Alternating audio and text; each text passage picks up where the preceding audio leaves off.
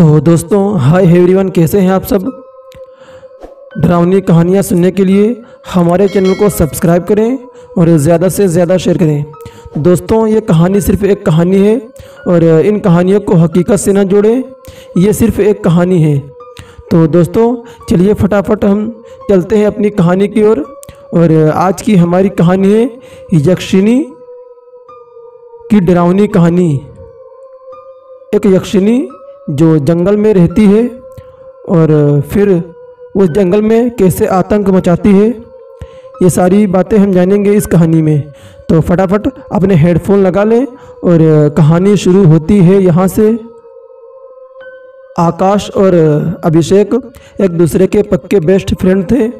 वो दोनों एक ही कॉलेज में पढ़ते और उनका नाम उनके कॉलेज में तो क्या, अगल बगल के जितने भी कॉलेज थे सब में बदनाम था, क्योंकि वो दोनों एक नंबर के बदमाश थे। उन दोनों के पापा एक बहुत ही बड़े बिजनेसमैन थे, इसलिए उनके पास पैसों की कोई कमी नहीं थी। जिस कांड को करने के बारे में सोचकर ही किसी आम स्टूडेंट की हालत ख़राब हो जाती, उन कांडों को करना उन दोनों के लिए बहुत ही आम बात थी। और उन दोनों के पास बहुत ही ज़्यादा पैसा था, इसलिए वो हर किसी का पैसे से मुंह बंद कर देते थे। और इसी कारण की वजह से वो दिन पर दिन बिगड़ते जा रहे थे। और एक रात की बात है, वो दोनों एक दूसरे के साथ बैठकर बातचीत कर रहे थे। तभी उनके सामने से एक सुपर बाइक निकली। उस सुपर बाइक की आवाज़ सुनकर अभिषेक ने कहा, अरे वाह यार, क्या बाइक है, इसकी आवाज़ तो बहुत अच्छी है और चलाने में बहुत मज़ा आएगा इस बाइक को। अरे यार, वैसे तुमने ध्यान दिया कौन सी बाइक है? और उसके बाद अभिषेक ने कहा, यार मेरे ख्याल से कोई कंपनी मुझे याद नहीं, लेकिन आवाज़ से लग रहा है कि कोई बहुत ही अच्छी बाइक है जो नई मार्केट में एजेंसी में आई हुई है। और फिर वो दोनों एक दूसरे की तरफ देखने लगे और उनके चेहरे पर मुस्कुराहट आ गई। अभिषेक ने कहा, क्या भाई, क्या सोच रहा है? और आकाश ने फिर जवाब दिया, वही यार जो तू सोच रहा है। और उसके बाद वो दोनों हंसने लगे। कुछ दिनों बाद वो दोनों बाइक के शोरूम में पहुँचे और वहाँ पर उन्होंने अपने अपने लिए सुपर बाइक पसंद कर ली। लाखों रुपए की बाइक उन्होंने चंद मिनटों में खरीद ली। उनके पास क्या था, उन्होंने एक बाइक पर बैठकर पूरे शहर में जैसे कोहराम सा मचा दिया। और फिर रोज़ रात को वो दोनों रेस करने के लिए निकल पड़ते थे। जब भी रात के 11 या 12 बजते तब वो अपने घर से निकलते और अपनी सुपर बाइक पर रेस करते। ऐसे एक रात वो दोनों रेस करते करते शहर के पास सबसे सुनसान जंगल में पहुंच गए।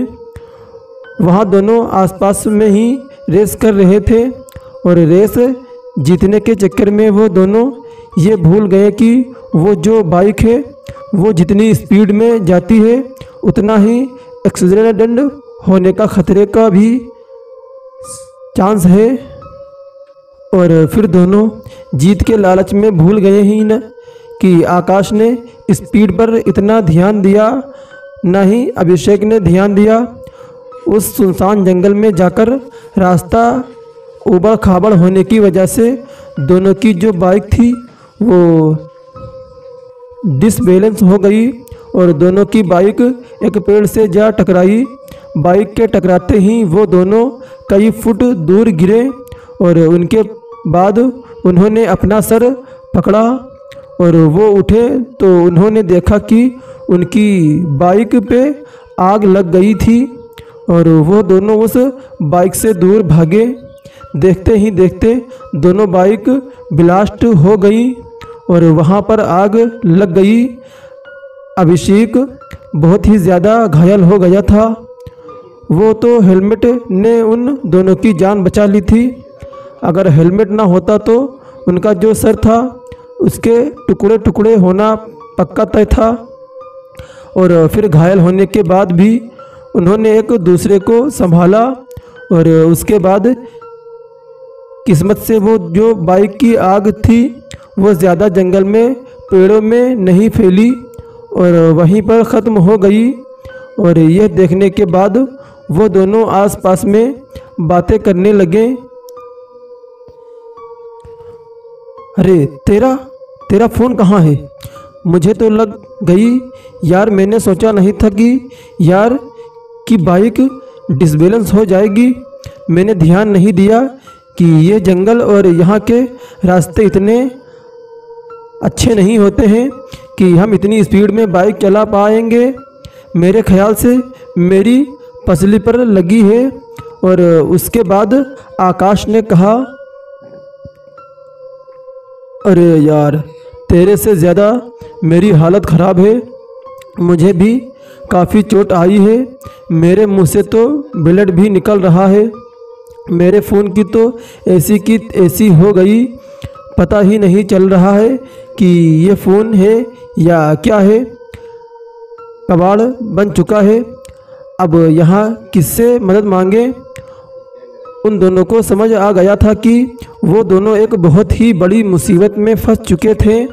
और फिर उनके दोनों मोबाइल ख़राब हो चुके थे और उनकी बाइक्स जो थी वो ब्लास्ट हो चुकी थी और किसी काम की नहीं बची थी। वो एक ही सुनसान जंगल में थे जहाँ पर दूर दूर तक मदद का कोई नामो निशान नहीं था। उन दोनों को काफ़ी चोटें लगी थी, इसलिए वो दोनों दर्द से कराते हुए बेहोश हो गए। और फिर थोड़ी देर बाद अभिषेक की आंख खुली तो उसे बहुत ज़्यादा दर्द हो रहा था। उसकी आंखें खुली तो उसने आसपास देखा कि वो एक छोटे मोटे घर में है। उस घर की हालत काफ़ी ख़राब थी, लेकिन घर ठीक ठाक और उसकी हालत काफ़ी ख़राब थी लेकिन घर ठीक ठाक था। उसने अपने शरीर को देखा तो शरीर पर कई जगह पट्टियाँ बंधी हुई थी। उसकी काफ़ी जगह चोट आई थी, पैर में, पसली में और ना जाने कहाँ कहाँ।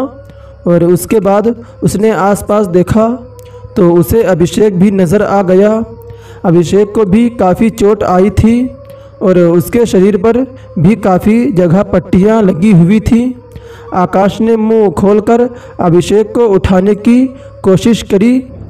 आकाश ने कहा, अरे अभिषेक, अभिषेक, अबे अभिषेक उठ, अरे यार उठ ना, उठ अभिषेक, अरे यार होश में आ। और फिर अभिषेक ने कोई जवाब नहीं दिया और आकाश जो था वो बार बार अभिषेक को उठाने की कोशिश कर रहा था। तभी वहाँ पर किसी के आने की आवाज़ सुनाई दी। ऐसा लग रहा था मानो जैसे कोई लड़की पायल पहनकर वहाँ पर आ रही हो। तभी उस कमरे का जो दरवाज़ा था वो खुला और वहाँ पर एक लड़की आई। उस लड़की के हाथ में कुछ दवाइयाँ थी और उन दवाइयों को देखकर आकाश ने कहा, अरे तुम कौन हो और हम यहाँ क्या कर रहे हैं? आकाश बहुत ही ज़्यादा कमज़ोर था, इसलिए उसकी नज़रें जो थी वो धुंधली धुंधली हो रही थी और उसे इतना समझ आ रहा था कि ये जो कोई भी है वो एक लड़की है। उससे ज़्यादा उसे कुछ समझ नहीं आ रहा था। तभी उस लड़की ने एक दवाई जो थी वो आकाश को पिलाई और उस दवाई को पीने के बाद आकाश के शरीर में थोड़ी बहुत ताकत आई और वो सब कुछ साफ साफ देखने लगा। और जैसे ही उसने उस लड़की को देखा, उस लड़की की खूबसूरती को देखकर आकाश जो था वो एकदम देखता ही रह गया। उसके दिल की जो धड़कन थी वो काफ़ी तेज़ सी हो गई और आकाश ने कहा, अरे तुम कौन हो और हम यहाँ क्या कर रहे हैं?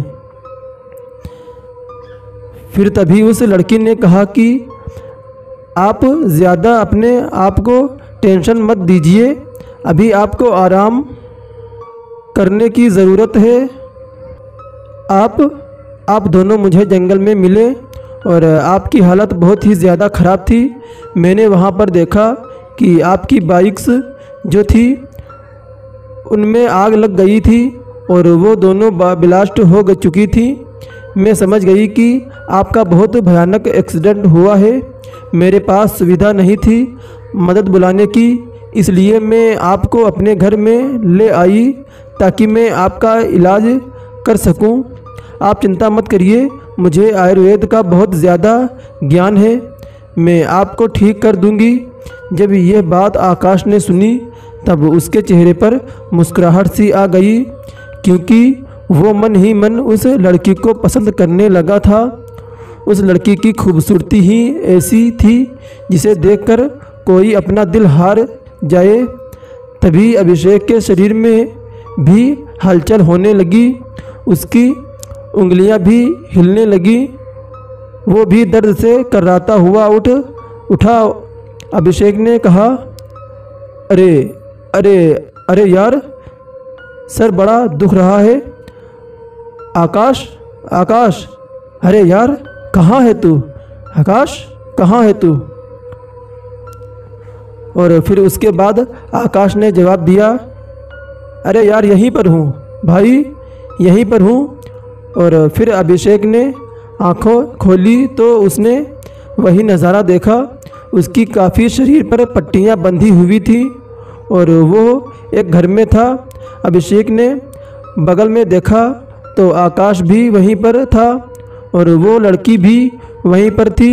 जैसे ही अभिषेक ने उस लड़की को देखा तो उसकी दिल की धड़कनें भी तेज़ हो गईं और वो भी हैरान हो गया कि आखिर इतनी खूबसूरत लड़की क्या दुनिया में हो सकती है। वैसे तो उसने शहर में कई खूबसूरत लड़कियां को देखा था, लेकिन उस लड़की की खूबसूरती के आगे सबकी खूबसूरती बेकार थी। अभिषेक ने भी वही सवाल पूछा, तुम कौन हो और क्या तुम हमें लेकर आई हो? हाँ जवाब दो। और उसके बाद उस लड़की ने कहा, हाँ मैं आपको लेकर आई हूँ क्योंकि आपकी बाइक्स का एक्सीडेंट हो चुका था और मेरे पास मदद बुलाने के लिए सुविधा नहीं थी। आप घबराइए मत, मुझे आयुर्वेद का ज्ञान है, मैं आपको ठीक कर दूंगी। और फिर उसके बाद अभिषेक ने कहा, अच्छा ठीक है, अगर तुम ठीक कर दोगी। तो उसके बाद वो लड़की जो थी उसने कहा, आप दोनों आराम करिए, मैं कुछ और दवाइयाँ लेकर आऊँगी, ठीक है। और ये कहकर वो लड़की कमरे से चली गई और अभिषेक ने धीमी सी आवाज़ में कहा, भाई तुझे इसके इलाज पर भरोसा है क्या? मैं तो कहता हूँ हॉस्पिटल से एम्बुलेंस बुलवा लें। हाँ, इसके पास फ़ोन वगैरह कुछ तो होगा जिसे एम्बुलेंस आ सके। और फिर उसके बाद आकाश ने कहा, अरे यार तेरा दिमाग ख़राब है क्या? हाँ, ऐसी खूबसूरत लड़की के हाथों तो मैं मरना ही पसंद करूँगा।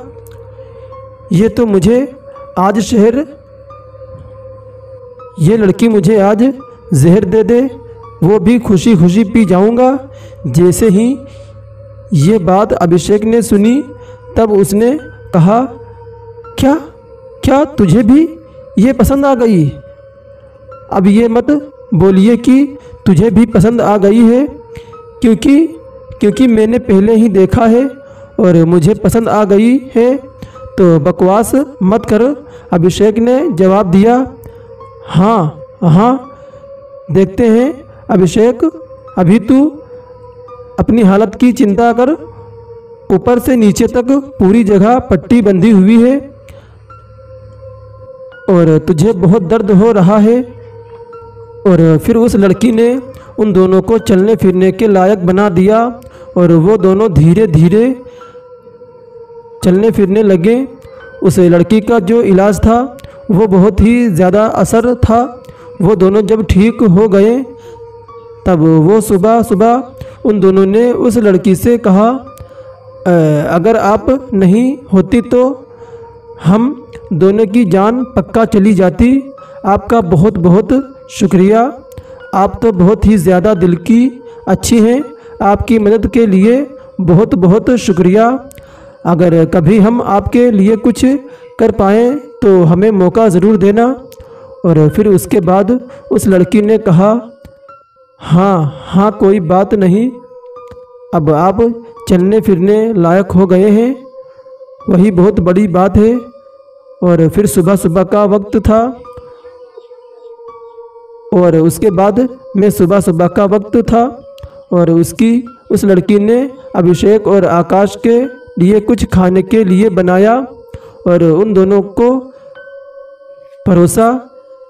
उन्होंने जैसे ही नाश्ता किया तो उन्हें नाश्ता बहुत ही ज़्यादा पसंद आया।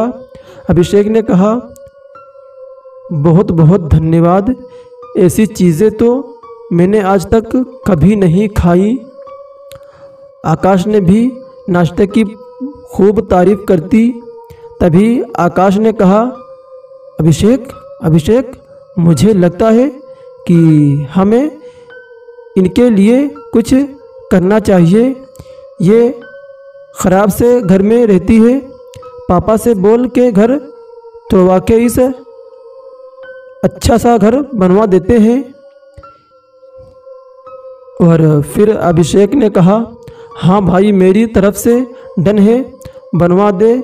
इसके बाद उस लड़की ने कहा, नहीं, ऐसा करने की कोई ज़रूरत नहीं है।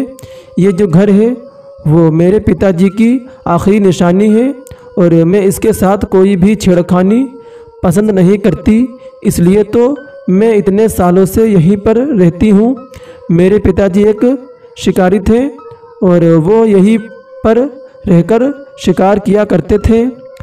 उनके जाने के बाद ये घर ही उनकी निशानी है और मैं इस घर को छोड़कर कहीं जाना नहीं चाहती।